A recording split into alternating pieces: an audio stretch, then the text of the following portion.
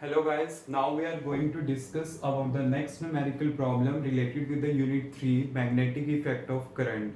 और ये जो न्यूमेरिकल मैं डिस्कस करने जा रहा हूँ ऑलरेडी वैसे इस टाइप का कॉन्सेप्ट मैंने डिस्कस कर लिया है, बट हाँ ये है कि वहाँ पे पहले फाइंड आउट करना होता था the net magnetic field acting on the system, but here we have to find out current value. Clear? मतलब थोड़ा सा उससे डिफरेंट होगा but concept will be the same. Clear? तो देखिए आपके पास क्या है, two coaxial circular loops L1 and L2 of radii 3 centimetre and 4 centimetre are placed as shown. मतलब वो आपको दिया गया है यहाँ पे, ये 3 सेंटीमीटर का है और ये 4 सेंटीमीटर का है। Clear? What should be the magnitude and direction of current in the loop L2।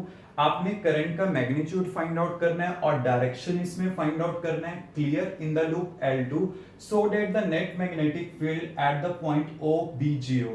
मतलब आपने इस तरह से फाइंड आउट करना है the value of the net magnetic field acting on the point O will be 0।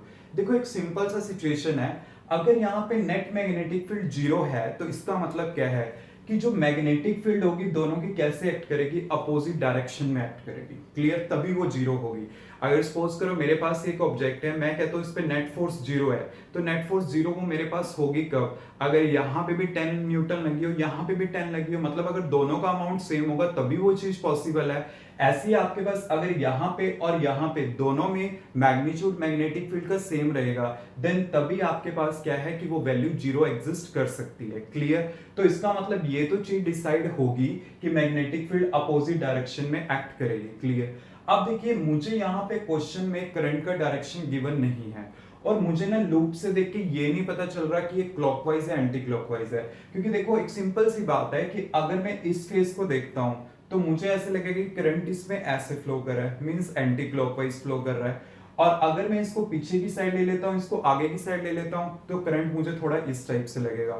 मतलब क्या होता है कि थोड़ा सा ना हमारी कंफ्यूजन क्या होती है इन टाइप के क्वेश्चंस पे कि हम 3D में आइडेंटिफिकेशन अच्छे से नहीं कर पाते कि ये वाला फेस आगे की साइड है, ये वाला पार्ट आगे की साइड है, तो इस तरह से ना हम कंफ्यूज हो जाते हैं। बट मैंने आपको एक कॉन्सेप्ट कराया था कि अगर आपके पास लैंग्वेज पार्ट में ये चीज मेंशन नहीं है एज सीन फ्रॉम ओ, कि अगर आप यहां पे आ जाओ, एक लूप इस साइड है एक लूप इस साइड है, अगर ये चीज मेंशन नहीं है तो आप इसको किस टाइप से सॉल्व कर सकते हो, आपने सिंपली देखना है। तो आपको पता है अगर करंट दोनों लूप में सेम डायरेक्शन में फ्लो करते हैं, मे बी चाहे क्लॉकवाइज है चाहे एंटी क्लॉकवाइज, तब दोनों की मैग्नेटिक फील्ड क्या होती है, सेम डायरेक्शन में लाई करती है, मींस ऐड हो जाती है।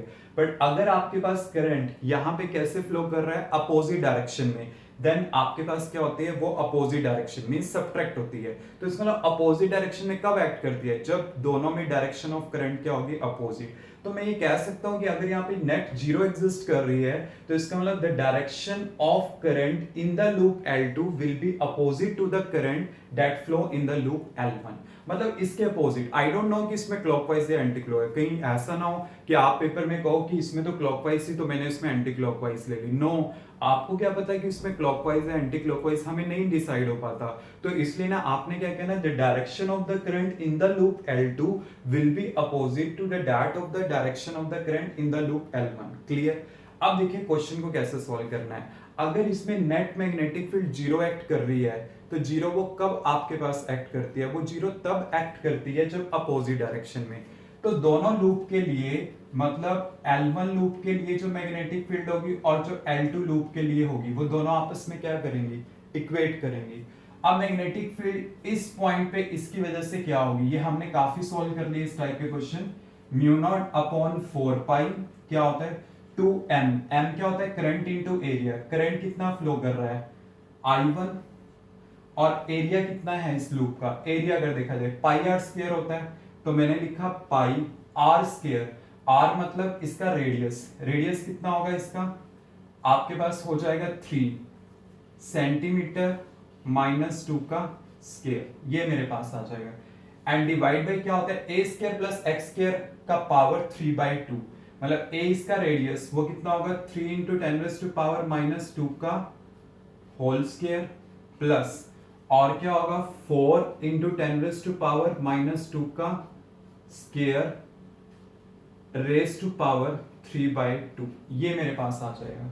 और इसको मैं इक्वेट करूंगा किसके साथ, mu naught upon 4 pi two, let it be कि इसमें करंट कितना फ्लो कर रहा है, I2 फ्लो कर रहा है, तो मैंने यहां पे लिया I2, एरिया इसका क्या होगा 4 इंटू 10⁻⁻² का स्केयर डिवाइड बाय, और यहां पे क्या होगा, इसका रेडियस कितना है 4 इंटू 10⁻⁻² का स्केयर प्लस 3 इंटू 10⁻⁻² का square and raise to power 3/2। मतलब मैंने इसको इसके साथ इक्वेट किया।